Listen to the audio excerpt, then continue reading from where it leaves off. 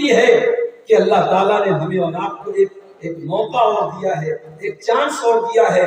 رمضان کا مبارک مہینہ ایک بار پھر ہمیں، ہم میں سے کتنے لوگ ایسے بھی ہوں گے 2021 کے رمضان میں وہ ہمارے بیچ میں تھے، لیکن 2022 کے رمضان میں وہ ہمارے بیچ میں نہیں ہے، انتقال ہو چکا ہے، ان کا اللہ کو پیارے ہو چکے ہیں۔ میرے پیارے ساتھیوں، میری پیاری ماں بہنوں، ہم اس بات کی کوئی گارنٹی نہیں رکھتے کہ ہمیں کتنے دن تک زندگی اللہ تعالیٰ نے ہم کو دے کے رکھی ہے۔ کوئی گارنٹی نہیں ہے کب کس کو موت آ جائے اور کون کس حال میں مر جائے، کون کس حال میں اللہ کے یہاں چلا جائے۔ میرے پیارے بھائیوں، اگر رمضان کا مہینہ اللہ تعالیٰ ہمیں ایک بار اور دے رہا ہے، اللہ تعالیٰ ہمیں ایک موقع دے رہا ہے، ایک چانس دے رہا ہے، ایک اوسر دے رہا ہے، میرے بندے ہم تجھے برکت والا مہینہ دے رہے ہیں، ہم تجھے رحمت والا مہینہ دے رہے ہیں، تو اس مہینے میں نیکی کے کام کر کے اپنے اللہ کو راضی کر لے، اپنے رب کو راضی کر لے، اپنے مالک کو تو راضی کر لے اور اپنے آپ کو تو جنت کا حقدار بنا لے۔ رمضان کا مہینہ آ جائے، اس کے بعد بھی اگر مسجدوں میں نمازیوں کی تعداد آپ کو نظر نہ آئے، رمضان کا مہینہ آ جائے اس کے بعد بھی اگر شراب کی پینے والے شراب پیتے رہیں، غلط کام کرنے والے غلط کام کرتے رہیں، میرے پیارے بھائیوں، اس سے بڑا بد نصیب کوئی نہیں ہے، اس سے بڑا بد نصیب کوئی نہیں ہے۔ ایسے انسان کے بارے میں اللہ کے پیارے نبی نے بد دعا کی ہے، بد دعا کی ہے، بد دعا۔ بھائی ایک عام آدمی اگر بد دعا کرے تو ہمیں ڈر لگتا ہے کہ بد دعا کوئی نہ کرے، ذرا غور کرو، اللہ کے آخری نبی بد دعا کرتے فرماتے ہیں رَقِمَ أَنْفُ رَجُلٍ ذُكِرْتُ عِنْدَهُ فَلَمْ يُصَلِّ عَلَيَّ، وہ انسان برباد ہو جائے، وہ انسان ستیہ ناش ہو جائے، اس انسان کا نقصان ہو جائے جس کے سامنے میرا نام لیا جائے، جس کے سامنے اللہ کے رسول کا نام لیا جائے، وَلَمْ يُصَلِّ عَلَيَّ، اور وہ اللہ کے نبی کے اوپر درود نہ پڑھے، اس سے بڑا بد نصیب کوئی نہیں۔ جس کے سامنے نبی کا نام لیا جائے اور وہ صلی اللہ علیہ وسلم نہ پڑھے، وہ درود نہ پڑھے، اللہ کے نبی بد دعا کر رہے ہیں، اس انسان کی ناک مٹی میں مل جائے، وہ انسان گھاٹے میں چلا جائے، وہ انسان اس کا ستیہ ناش ہو۔ وَرَغِمَ أَنْفُ رَجُلٍ أَدْرَكَ رَمَضَانَ، اور اللہ کے نبی فرماتے ہیں کہ اس انسان کی ناک بھی مٹی میں مل جائے۔ یہ عربی زبان کا ایک محاورہ ہے، ایک کہاوت ہے، ایک پروورب ہے۔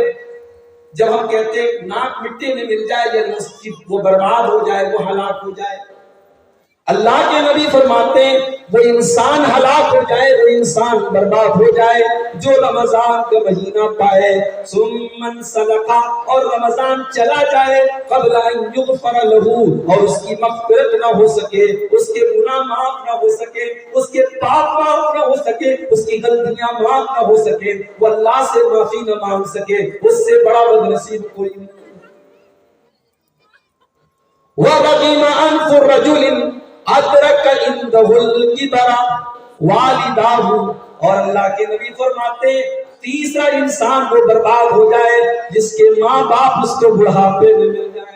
وہ لوگوں، آج بڑے ماں باپ اگر آپ کو مل گئے، آپ اس کو اپنے حق میں برا نہ سمجھیے، اللہ تعالیٰ نے آپ کو بڑے ماں باپ کی خدمت کا موقع دیا ہے۔ ذرا جا کر کے ان سے پوچھو جن کے ماں باپ دنیا سے چلے گئے، جن کی ماں دنیا سے چلی گئی، جن کے باپ دنیا سے چلے گئے، آج وہ ترستے ہیں ان کی ماں ان کو مل جائے، وہ اپنی ماں کی سیوا کر لیں، ان کا باپ ان کو مل جائے، وہ اپنے باپ کی سیوا کر لیں۔ اللہ کے نبی فرماتے ہیں جس کے ماں باپ اس کو بڑھاپے میں مل جائے فَلَمْ يُدْخِلَاهُ الْجَنَّةَ، اور ماں باپ کی سیوا کر کے، ماں باپ کی خدمت کر کے، ماں باپ کے دل کو خوش کر کے وہ جنت میں نہ جا سکے، اس سے بڑا بد نصیب کوئی نہیں ہے۔ رمضان ہمیں مل رہا ہے، اور ایک حدیث آپ کو اور سنانا چاہتا ہوں، بہت غور سے سنیے گا، میں بہت آسان زبان میں بات کر رہا ہوں، مجھے بتایا لوگوں نے کہ بالکل پیور شدھ بنگلہ والے علاقے میں آپ جا رہے ہیں مولوی صاحب، بجھتے پا رہے ہو؟ ابن ماجہ کی حدیث، حدیث کے راوی کون ہے؟ حضرت طلحہ رضی اللہ عنہ۔ حضرت طلحہ کون ہے؟ اللہ کے نبی نے 10 صحابہ کا نام لے کر کے ان کو جنتی کہا ہے، اس میں سے ایک حضرت طلحہ۔ حضرت طلحہ کہتے ہیں کہ اللہ کے نبی کے پاس 2 صحابی آئے، 2 لوگ آئے اور دونوں نے ایک ساتھ اسلام قبول کیا، دونوں ایک ساتھ مسلمان ہوئے۔ دونوں میں ایک آدمی تھوڑا محنتی تھا اور دوسرا تھوڑا کمزور تھا دین کے معاملے میں۔ ہوتا ہے ایک گاؤں میں ایک آدمی مسجد میں چندہ دے رہا ہے 1 لاکھ روپے، دوسرا بھی 1 لاکھ دے سکتا ہے مگر اس کے پاس دل نہیں ہوتا ہے، وہ 1 لاکھ روپیہ دے سکتا ہے مگر بڑی مشکل سے 1000 روپیہ۔ ہوتا ہے کہ نہیں؟ کوئی محنتی ہے کوئی نہیں ہے، کسی کے اندر دین کا جذبہ ہے کسی کے اندر نہیں ہے، یہ ہوتا ہے۔ صحابی نے کہا ایک بھائی، دونوں بھائیوں نے ساتھ میں اسلام قبول کیا، ایک بھائی دین کے معاملے میں محنتی ہے، بہت محنت کرتا ہے، دوسرا بھائی تھوڑا کم محنت کرتا ہے، اتنا تیز نہیں ہے، اتنا محنتی نہیں ہے۔ جو بھائی دین کے معاملے میں محنت کرتا تھا، اللہ کی راہ میں جہاد کرتے ہوئے، جنگ کرتے ہوئے وہ شہید ہو گیا، اللہ کے پاس چلا گیا۔ دوسرا بھائی جو تھوڑا کمزور تھا دین کے معاملے میں، اپنے بھائی کی طرح وہ نہیں تھا، وہ 1 سال کے بعد اس کا نارمل طریقے سے انتقال ہو گیا۔ پہلا والا بھائی شہید ہوا تھا، دوسرے بھائی کا انتقال 1 سال کے بعد نارمل طریقے سے ہوا، جیسے سب کی موت ہوتی اس کی بھی موت ہو گئی۔ اب غور سے سنیے گا، حضرت طلحہ کہتے ہیں میں نے رات میں سپنا دیکھا، میں رات میں سویا، میں نے سپنا دیکھا، میں نے خواب دیکھا۔ کیا دیکھا؟ میں جنت کے دروازے پر کھڑا ہوں اور جنت کے دروازے سے ایک فرشتہ نکلتا ہے اور فرشتہ اس انسان کو جس کا انتقال 1 سال کے بعد ہوا تھا اس سے کہتا ہے چلو تم اندر جنت میں چلو، اس کو جنت میں لے کے جاتا۔ اس کے بعد وہ فرشتہ آتا ہے اور اس بھائی کو جس کا انتقال پہلے ہوا تھا اور جو اللہ کی راہ میں شہید ہوا تھا اور جو دین کے معاملے میں محنت کرتا تھا، اس سے کہتا ہے کہ چلو تم جنت میں چلو، اس کو بھی جنت میں لے کر کے جاتا ہے۔ پھر وہ فرشتہ آتا ہے اور حضرت طلحہ سے کہتا ہے کہ آپ کے جنت میں جانے کا ابھی سمے نہیں آیا ہے، ابھی آپ کے جنت میں جانے کا ٹائم نہیں آیا ہے۔ حضرت طلحہ کہتے ہیں جب میری نیند کھلی، جب صبح ہوئی، میں نے لوگوں سے اپنا یہ سپنا بیان کیا، اپنا یہ خواب بیان کیا،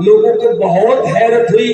لوگوں نے کہا ایسا کیسے ہو سکتا ہے کہ جو اللہ کی راہ میں شہید ہوا وہ تو بعد میں جنت میں گیا اور جو نارمل طریقے سے جس کا انتقال ہوا وہ پہلے جنت میں چلا گیا۔ صحابہ کو بڑی حیرت ہوئی۔ جب یہ بات اللہ کے رسول تک پہنچی، اللہ کے رسول تک جب یہ بات پہنچی تو حدیث کے الفاظ ہیں، اللہ کے نبی نے صحابہ سے فرمایا من ای ذالک تعجبون، اے میرے صحابہ تمہیں کس بات پر تعجب ہو رہا ہے،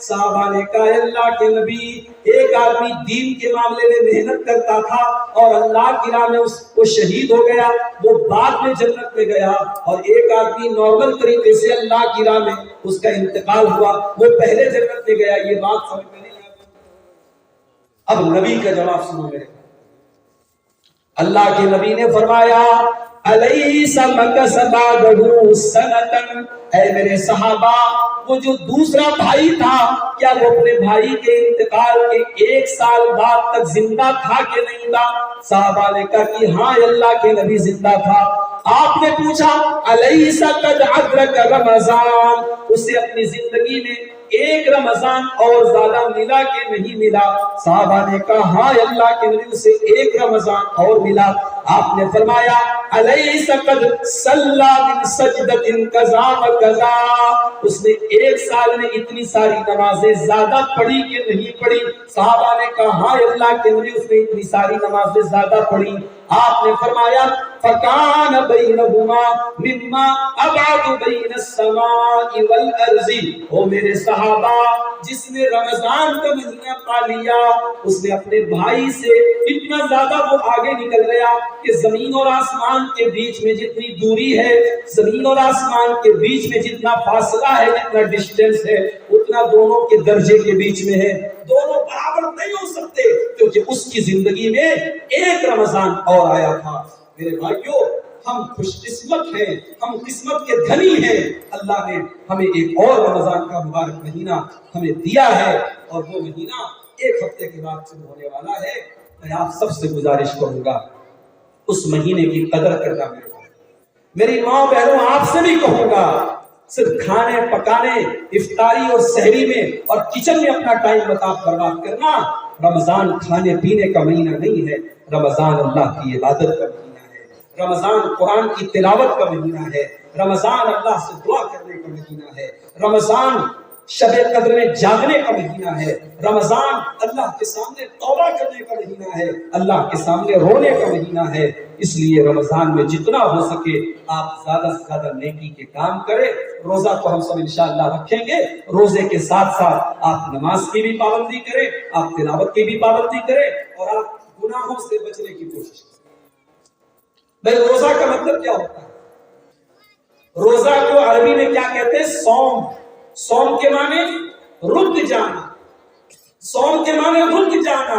روزے میں ہم کھانے سے رک جاتے ہیں، پانی سے رک جاتے ہیں، سامنے کیلا رکھا ہوا ہے، سامنے انار رکھا ہوا ہے، سامنے آم رکھا ہوا ہے، ٹھنڈا ٹھنڈا پانی رکھا ہوا ہے، شربت رکھا ہوا ہے، روح افزا رکھا ہوا ہے، مگر ہم نہیں پیتے، ہم نہیں کھاتے۔ کیوں؟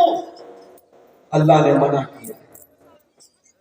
دن کا ٹائم ہے، بیڈ روم میں بیوی کے ساتھ بستر پہ سوئے ہوئے ہیں، بیوی جائز ہے، حلال ہے، لیکن رمضان میں روزے کی حالت میں آپ بیوی کے قریب نہیں جا سکتے۔ کون سی طاقت ہے جو بیوی کے قریب جانے سے ہمیں روک رہی ہے؟ کھانے سے ہمیں روک رہی ہے، پانی سے ہمیں روک رہی ہے۔ میرے پیارے بھائیو، اللہ کا ڈر ہے جو ہمیں روک رہا ہے۔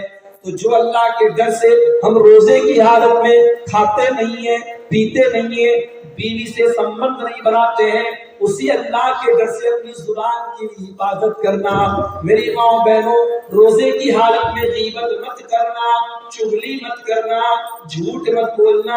میرے بھائیوں، روزے کی حالت میں موبائل پر فلمیں نہ دیکھنا، موبائل پر سیریل نہ دیکھنا، موبائل پر ننگی تصویریں نہ دیکھنا، گندی چیزیں نہ دیکھنا۔ اس لیے کہ اگر آپ نے 14 گھنٹے کا روزہ رکھا، آپ نے پانی سے بچایا اپنے آپ کو، آپ نے کھانے سے بچایا اپنے آپ کو، آپ اپنی بیوی کے پاس نہیں گئے، لیکن آپ نے جھوٹ سے نہیں بچایا، آپ نے اپنی زبان کو گالی گلوچ سے نہیں بچایا، آپ نے اپنی آنکھوں کو گندی چیزوں کو دیکھنے سے نہیں بچایا، تو آپ کے روزے کا کوئی مطلب نہیں ہے، کوئی ارتھ نہیں ہے۔